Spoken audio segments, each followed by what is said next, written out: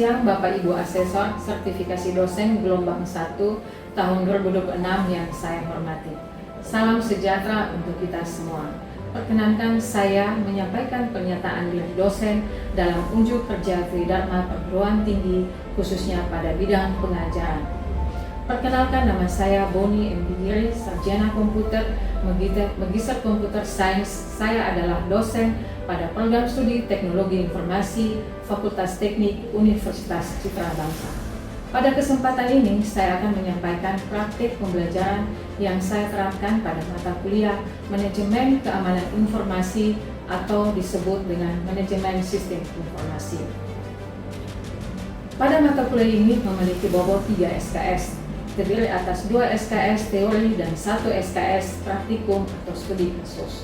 Secara umum, mata kuliah ini membahas keamanan pada sistem informasi, yaitu sistem operasi, basis data, jaringan komputer, kriptografi klasik dan modern, serta model ancaman serangan cyber, serta penyusunan kebijakan keamanan informasi dalam organisasi. Mata kuliah ini penting karena mahasiswa teknologi informasi akan berhadapan langsung dengan dunia digital yang sangat bergantung pada data. Di satu sisi, teknologi memberi kemudahan, namun di sisi lain muncul berbagai risiko seperti kebocoran data, phishing, malware, ransomware, penyalahgunaan hak akses, dan serangan terhadap sistem informasi. Oleh karena itu, mahasiswa tidak cukup hanya mampu membangun sistem, tetapi juga harus mampu memahami bagaimana sistem tersebut diamankan. Capaian pembelajaran lulusan atau CPL yang saya tekankan dalam mata kuliah ini mencakup 4 aspek. Yang pertama, aspek sikap, yaitu mahasiswa memiliki etika profesi, tanggung jawab, dan kesadaran terhadap pentingnya keamanan serta privasi data. Yang kedua, aspek pengetahuan, yaitu mahasiswa memiliki konsep dasar keamanan informasi, CEI triad, kriptografi, keamanan sistem operasi, keamanan basis data, keamanan jaringan, firewall, dan intrusion detection system. Aspek ketiga, keterampilan umum, yaitu mahasiswa mampu menganalisis kerentanan mengenai model serangan dan merumuskan standar operasional keamanan sistem informasi. Aspek keempat, yaitu keterampilan khusus. Mahasiswa mampu menginfograsi perangkat keamanan seperti firewall, port security, kontrol akses, serta merancang metode kriptografi atau kebijakan keamanan untuk mitigasi risiko organisasi. Dari CPL tersebut, CPNK utama yang ingin dicapai adalah pertama, yaitu mahasiswa mampu menjelaskan konsep dasar keamanan, informasi, dan etika penggunaannya. Yang kedua, mahasiswa mampu mengidentifikasi ancaman, kerentanan, dan model serangan terhadap informasi. Yang ketiga, mahasiswa mampu menerapkan prinsip keamanan pada jaringan sistem informasi dan basis data. Yang keempat, mahasiswa mampu merancang kebijakan atau SOP penanganan insiden, keamanan informasi, dan konteks organisasi. Dalam pembelajaran saya menerapkan pendekatan DIA, yaitu delivery, interaction, dan assessment. Pada aspek delivery, saya menyampaikan materi secara bertahap dan konseptual. Pembelajaran diawali dengan pengantar mengenai urgensi keamanan informasi dan di era digital. Mahasiswa saya mengajak memahami kasus-kasus nyata seperti pelanggaran data, penipuan digital, dan phishing. Setelah itu, materi ini dikembangkan ke konsep dasar CEI triad, yaitu confidentiality, integrity, dan availability. Konsep ini saya jelaskan dengan contoh sederhana agar mahasiswa memahami bahwa keamanan informasi tidak hanya berbicara tentang perangkat lunak, tetapi juga tentang perlindungan data, kepercayaan pengguna, dan keberlangsungan layanan digital. Materi berikutnya saya sampaikan melalui studi kasus, latihan, dan praktikum. Pada topik keamanan jaringan, mahasiswa mempelajari VLAN, firewall, port security, autentifikasi jaringan. Pada topik keamanan sistem informasi, mahasiswa belajar menganalisis kerentanan dan pentingnya pembaruan keamanan. Saya menggunakan diskusi kelompok bedah kasus, tanya jawab, serta forum pembelajaran melalui blended learning dan discovery learning. Interaksi ini penting agar mahasiswa mampu berpikir kritis, bekerja sama, dan berani menyampaikan argumentasi secara akademik. Pada aspek asesmen, saya menerapkan penilaian yang transparan dan objektif. Di awal perkuliahan mahasiswa, saya menjelaskan mengenai kontrak kuliah, bentuk tugas, bobot penilaian, serta rubrik yang digunakan.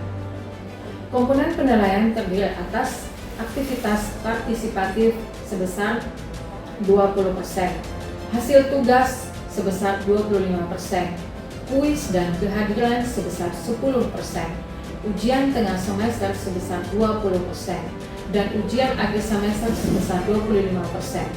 Aktivitas partisipatif dinilai melalui diskusi, bedah kasus, dan keterampilan mahasiswa dalam pembelajaran. Tugas dinilai melalui analisis kasus, rancangan kebijakan keamanan, implementasi tools sederhana atau penyusunan SOP penanganan insiden. Dengan pendekatan dia, saya berupaya memastikan pembelajaran berjalan secara sistematik, aktif, dan terukur. Delivery membantu mahasiswa memahami materi secara runtut dan konseptual. Inflection mendorong mahasiswa terlibat aktif dalam proses pembelajaran. Asesmen memastikan bahwa capaian pembelajaran diukur secara adil, transparan, sesuai dengan kompetensi yang diharapkan. Harapan saya setelah mata kuliah ini, mahasiswa tidak hanya memahami teori keamanan informasi, tetapi juga memiliki kesadaran etis, kemampuan analisis risiko, dan keterampilan dasar dalam merancang perlindungan sistem informasi. Dengan demikian, lulusan teknologi informasi Universitas Citra Bangsa dapat berkontribusi dalam membangun ekosistem digital yang aman, bertanggung jawab, dan berkelanjutan. Demikian penjelasan singkat saya mengenai praktek pembelajaran pada mata kuliah Manajemen Keamanan Informasi. Terima kasih atas perhatian Bapak Ibu Asesor. Selamat siang dan salam sejahtera untuk kita semua. Berikut ini adalah cuplikan video pembelajaran di ruang kelas secara tatap muka untuk mata kuliah Manajemen Keamanan Informasi. Selamat menyaksikan. Salam jumpa lagi dalam perkuliahan kita semester ini, di mana perkuliahan kita sekarang ini tentang mata kuliah Manajemen Keamanan Informasi. Di sini, sebelum kita memulai dengan mata kuliah kita mengawali dulu dengan doa pembuka. Saya minta salah satu mahasiswa untuk membawa kita dalam doa pembuka. Silakan, Christine. Baik, sebelum kita mulai dengan mata kuliah ini, kita awali dengan Bapak di dalam dan sudah terima kasih atas pertanyaan dari masing-masing ini. Kita saja kami akan mulai dengan ini. Mungkin yang berhati membaca di dalam sebuah khusus kuliah. Di sini kita mulai dengan mata kuliah kita pada saat ini tentang mata kuliah Manajemen Keamanan Informasi. Nah, terima kasih kerjasamanya kalian. Kita bertemu lagi di semester genap tahun ini, tahun ajaran baru. Di semester genap ini kita akan membahas tentang mata kuliah Manajemen Keamanan Informasi. Di sini kita juga membahas memahami dulu tentang bagaimana konsep tentang manajemen keamanan informasi. Dan setelah itu kita juga membahas tentang yang namanya teknologi modern yang sekarang lagi berkembang. Ya. Tetapi sebelum kita mulai membahas semua mata kuliah mulai dari pertemuan 1, kita juga akan membahas tentang sistem perkuliahannya dulu. Ya. Sistem perkuliahannya saya di sini tentang mata kuliah keamanan ini dibagi ada beberapa poin. Yang pertama itu ada kita kuis. Kuis itu sama presensi. Kuis sama presensi di sini kita membagi 10%. Ya. Setelah itu kita juga ada nanti yang namanya UTS. UTS-nya nanti di pertemuan 1 sampai ke 7 itu kita membahas semua mata kuliah, judul mata pelajaran, judul mata kuliah ini tentang keamanan di bab 1 dan bab 7. Setelah itu ada ujian yang namanya ujian tengah semester ya. Nah, nanti setelah pertemuan ke-8 UTS ada yang nanti yang namanya pertemuan 9 sampai dengan pertemuan ke-16. Itu nanti kita membahas juga tentang model-model keamanan yang sedang berjalan saat ini. Sedang saat ini seperti apa sih model keamanan informasi itu?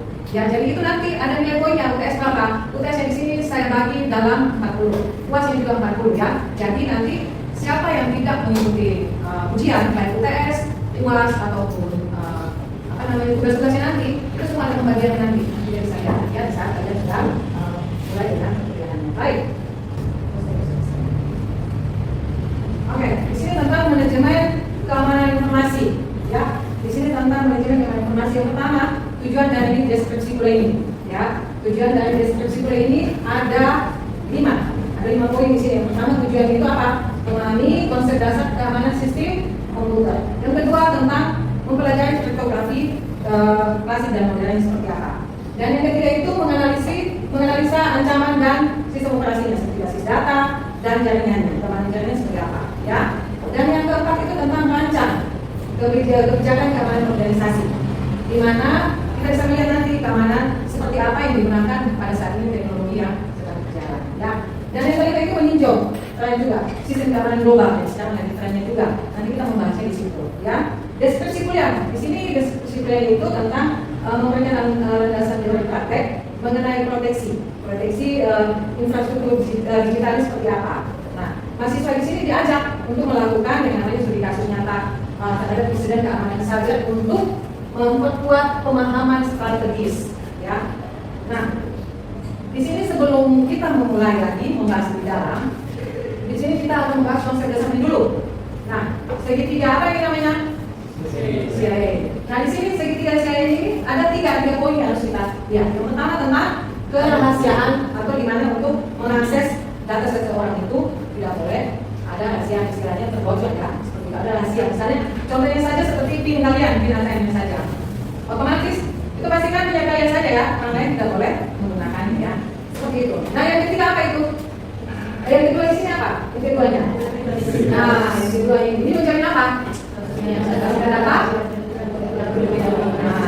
sampai izin pemilik ya. Seperti tadi itu kan ya, seperti tadi yang tadi saya bilang. Kalau misalnya PIN kalian tidak diizinkan untuk orang lain memakai, otomatis kan tidak boleh ya. Kalau kalian tidak mengizinkan ya, seperti itu. Nah, yang ketiga ini tentang apa? Seperti data apa? Ketersediaan atau menjamin informasi sesuai pada saat kebutuhan user seperti itu. Ya. Nah, ini ya. Setelah itu, di sini nanti kita membahas tentang model serangan keamanan. Nah, model serangan keamanan di sini ada berapa coba lihat itu? Ada apa tuh? Ada 4. Coba yang pertama tentang apa? Encryption. Itu apa? Tentang apa? Ya, yang kedua. Encryption itu apa? Ya. Yang ketiga. Encryption itu tuh nah, itu misalnya untuk di pekerjaan itu ya tidak boleh tentang asetnya mereka itu. Yang keempat apa ini? Itu apa? Dengan pesan palsu, misalnya ada pesan palsu yang masuk dalam email itu apa? Untuk investasi apa segala macam itu kan biasa ada ya, yang biasa masuk di email kalian. Nah, itu tidak boleh buka, itu kan termasuk ada filter yang di dalam itu. Jadi kalau kalian buka, maka komputer kalian langsung apa? Atau langsung data-data itu langsung hilang. Nah, yang menurut lagi tentang apa ini? Nah, ini yang biasa sering disebut ini, ada phishing. Nah, phishing. Nah, di sana dari trennya itu ada mahasiswa-mahasiswa yang menggunakan judulnya mereka itu ya, banyak judul studi kasus itu tentang phishing. Nah, phishing itu tentang apa? Kalau phishing? Oke. Nah, di sini ada baitingnya. Kalau baiting itu apa? Umpan apa? Seperti apa?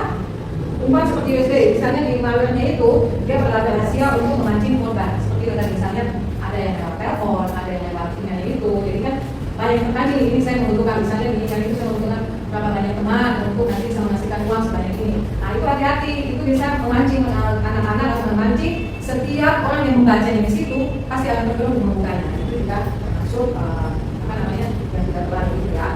Nah, ini juga sama. Ini juga ketiga baiting di sini ini dia mempunyai hubungan yang sama tapi ada yang berbeda-beda. Dia punya apa namanya tugasnya, punya fungsinya berbeda ya. Nah, yang berikut lagi ini tentang klasifikasi keamanan jaminan. Di sini ada PAN atau apa? Personal.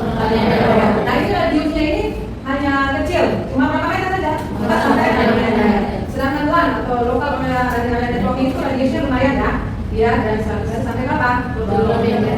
Tapi tidak terlalu jauh ya maksudnya mesinnya. Nah, sedangkan kalau yang lainnya apa? Ini. Ini antara wilayah atau provinsi. Kalau WAN di sini apa? WAN. Ya. Nah, sedangkan setelah itu apa tuh?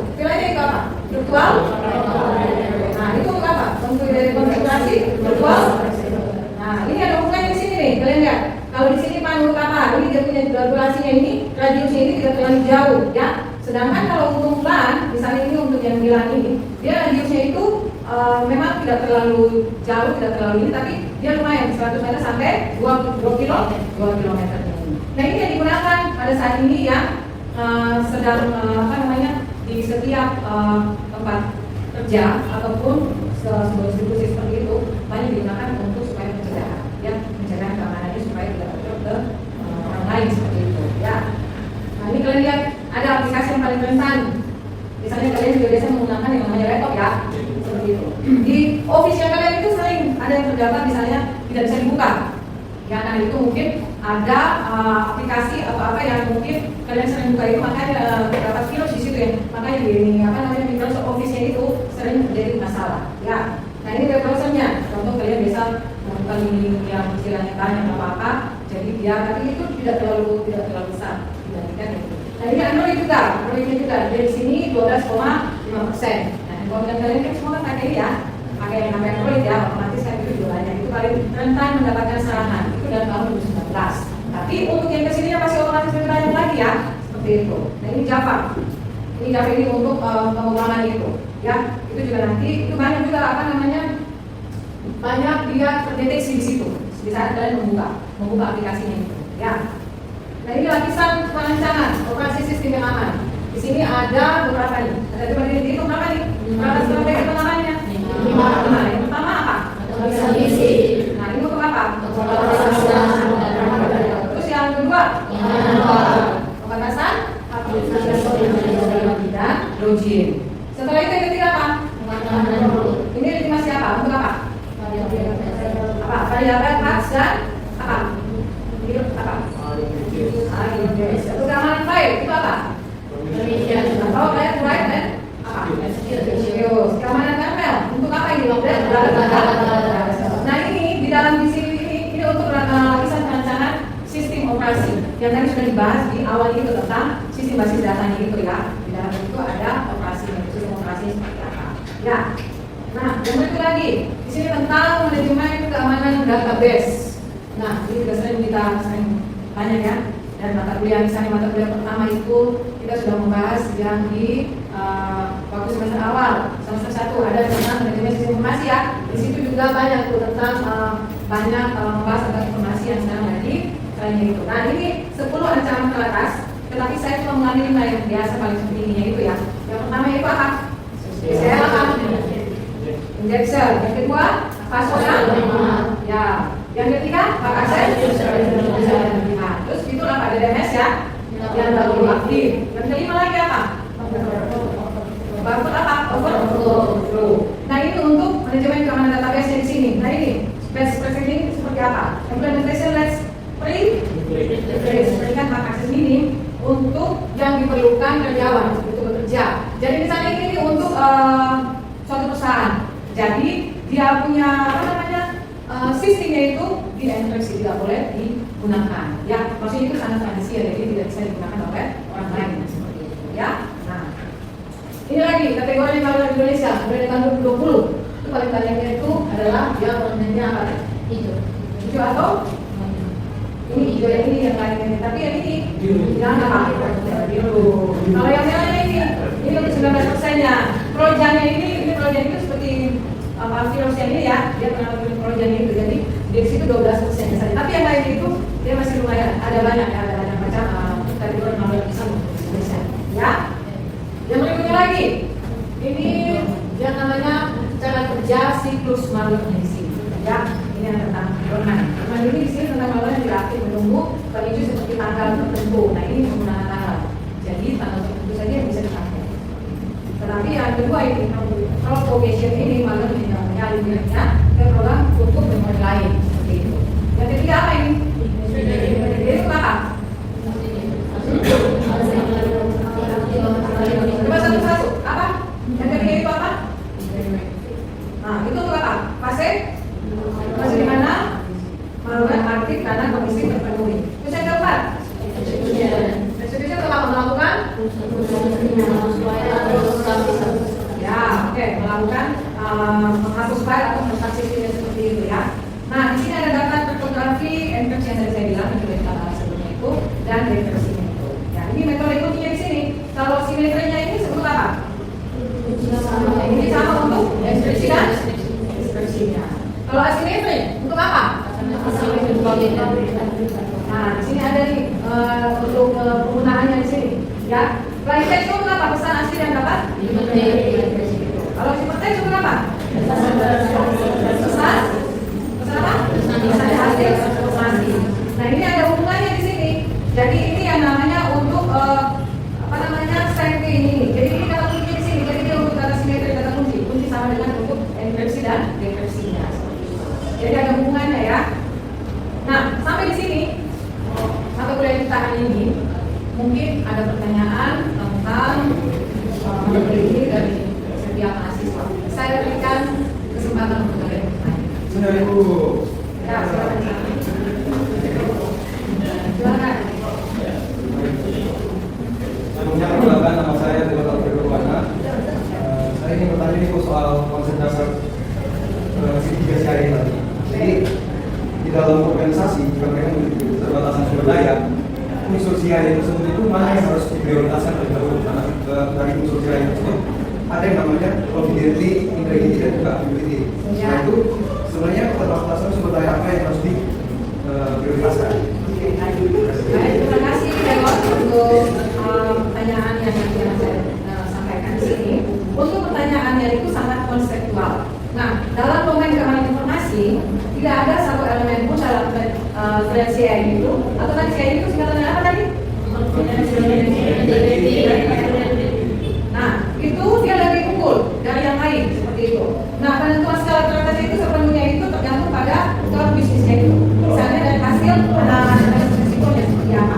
Nah, kalau analisis resikonya itu mungkin rendah, otomatis pasti nanti dia punya hasilnya juga pasti ya. Dan nanti untuk sebagai apa namanya untuk kerahasiaan itu juga tidak aman. Kalau misalnya dia tidak terjaga dari awal itu. Jadi misalnya kalau kebetulan data seperti itu, yang tadi saya bilang ya, kerahasiaan datanya itu. Kalau misalnya perusahaan lain dapat mencuri datanya itu, otomatis berarti data yang dia pakai itu belum aman untuk dirahasiakan atau dirahasiakan.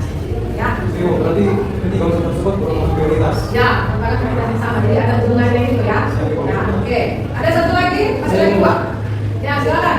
Sebelumnya perkenalkan Ustaz Pak saya ingin bertanya mengenai kebijakan restricted di dalam keamanan sistem. Kami bisa menjelaskan sebentar itu adalah kita menggunakan data dengan itu ada beberapa yang bisa dijelaskan. Salah satunya tentang praktis keamanan di dalam database itu sendiri. Bisa juga tentang prinsip less influence. Pertanyaan saya itu bagaimana kita menyimpulkan prinsip ini agar sistem tetap aman tetapi tidak menambah aktivitas kesehatan akibat violasi akses dan keterangan kita. Oke, baik. Terima kasih banyak untuk pertanyaan yang sangat baik. Ya. Nah, di sini saya akan menjawab. Ya, ini adalah tantangan klasik. Tantangan klasik dalam manajemen keamanan. Tantangan klasik dalam manajemen keamanan. Itu menjelaskan konteks visibility. Visibility sama untuk menjembatani untuk implementasi. Implementasi yang namanya hak akses. Ada itu yang namanya RBAC. Nah, itu yang basic role based access control. Di situ ada bisa melalui akses yang diberikan itu kepada individu secara subjektif. Ya. Nah, itu nanti disematkan pada peran atau fungsi jabatan secara apa namanya dia itu secara rahasia, jadi tidak bisa dipakai atau digunakan. Ya, nah itu. Nah, untuk keamanan di sini itu dia mencegah serangan. Mencegah seperti namanya apa? Mencegah yang namanya serangan contohnya itu misalnya ada penipuan untuk masuk ke data itu. Ya, seperti itu. Baik, terima kasih. Ada lagi? Saya berikan kesempatan. Oke, silakan ini yang perempuan ya. Yang tadi laki-laki. Silakan. Ya, saya memperkenalkan diri. Saya Alexandria. Nah, pada materi yang telah dibawakan tentang manajemen keamanan informasi ini sebelumnya telah dibawakan materinya dengan sangat baik dan tentunya ini sangat membantu untuk membuka pemahaman dan insight bagi kita mahasiswa di sini.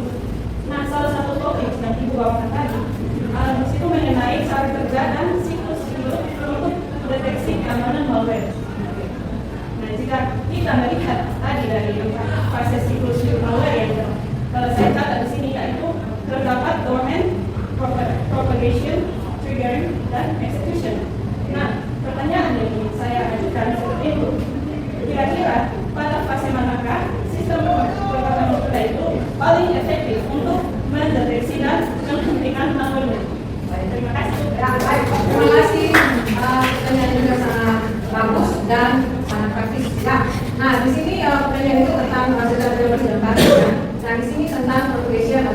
propagasi, ya. Propagasi dari awal fasenya itu terjadi adalah momentum yang paling krusial, ya. Momentum yang paling krusial untuk inventis, gitu. Di sini untuk intervensi. Nah, pada fase dorman ini malah cenderung menyaman dan tidak melakukan aktivitas mencurigakan. Jadi dia itu secara perlahan, ya. Dia itu secara perlahan dan tidak tidak mencurigakan untuk banyak yang mengetahui apakah keamanan ini bisa dipakai atau tidak, ya seperti itu. Nah, untuk di sini untuk melakukan aktivitas komunikasi atau komunikasi dengan jaringan luar di sini mereka menggunakan IDS atau apa yang tadi IDS itu Information Decision System. Nah, itu berbasis anomali atau analisis heuristik dapat mengidentifikasi pola perilaku yang tidak wajar. Nah, di sini yang kita perlu tahu ya tentang mitigasi fasenya itu dia masuk ke dalam mana ini yang masuk ke dalam fase execution, ya. Execution di sini dimana untuk kerusakan aset untuk intervensinya, ya. Jadi seperti pada salinan transfer ini, jadi dia masuk tetapi secara perlahan tidak diketahui oleh yang penggunanya itu. Otomatis seperti virus saja ya. Virus itu kalau misalnya dia masuk dalam dalam angka kalian ya seperti laptop ataupun di handphone kalian itu secara perlahan tetapi kalian tidak menyadarinya. Tapi di saat nanti sudah mulai penumpukan banyak yang namanya sampah ya, yang namanya deteksi sampah atau deteksi virus yang lain, itu otomatis bisa merusak yang namanya handphone atau perangkat kalian itu, misalnya komputer maupun laptop dan perangkat kalian yang seperti handphone juga seperti itu ya. Oke. Nah itu mungkin pertanyaan yang tadi dan jawaban yang tadi sudah saya sampaikan. Apakah kalian merasa puas? Oke, baik. Kalau sudah merasa puas, nanti saya akan memberikan kalian tugas lewat link. Link itu nanti kalian silakan buka di situ, nanti ada tugas yang saya sudah kerjakan untuk dikumpulkan minggu depan. Ya, jadi minggu depannya itu nanti dikumpulkan untuk kalian nanti melakukan presentasi. Ya, melakukan presentasi tugas yang saya sebutkan di ya, baik. Itu saja yang dari saya. Terima kasih sudah bersama-sama dengan kita ini sama-sama untuk melakukan perkuliahan mengenai keamanan komputer ini. Baik, terima kasih dari materi yang tadi Ibu sudah menjelaskan dan kita sudah bertanya jawab tentang materi ini tentang keamanan informasi. Nah, ini saya mau memberikan kalian untuk menyimpulkan dan materi ini. Baik, mungkin salah satu, siapa lagi? Silakan. Oke, panjangan dulu, silakan. Ya, kesimpulan saya Ibu, terusnya dalam tadi setelah dijelaskan bisa sampai tadi, memang itu adalah semua tempat atau data kita yang harus kita jaga, harus kita agar tidak sembarang lepas, apalagi dengan visi-visi dari 2019 tadi sudah jelaskan tentang Microsoft, proses dan sebagainya. Saya rasa dengan beberapa tahapan dalam rangka yang dijelaskan, contoh seperti kita seperti tadi itu selalu mengatur dan menyarankan kita yang untuk lebih hati-hati dan tidak terlalu percaya yang mungkin logistik yang tadi sudah dijelaskan. Oke, baik, terima kasih. Terima kasih. Dan untuk penutupan saya minta salah satu mahasiswa untuk membawa kita silakan. Ya Tuhan, saudara, kemudian Tuhan, sekarang kami berdoa bersama terima kasih Tuhan. Baik, terima kasih. Sampai ketemu minggu depan. Demikian pemaparan konsep rencana pembelajaran semester untuk mata kuliah manajemen keamanan informasi dan cuplikan video proses pembelajaran saya. Saya mengucapkan terima kasih kepada Kementerian Pendidikan Tinggi, Sains dan Teknologi melalui Direktorat Jenderal Pendidikan Tinggi LLDP 15 wilayah Nusa Tenggara Timur serta seluruh tim sertifikasi dosen tahun 2016. Tidak lupa juga saya mengucapkan terima kasih kepada Universitas Citra Bangsa Kupang dan seluruh jajaran serta rekan sejawat dosen dan seluruh rekan mahasiswa. Demikian yang dapat saya sampaikan. Mohon maaf apabila terdapat kekurangan dan kesalahan saya. Sekian dan terima kasih. Salam sejahtera untuk kita semua.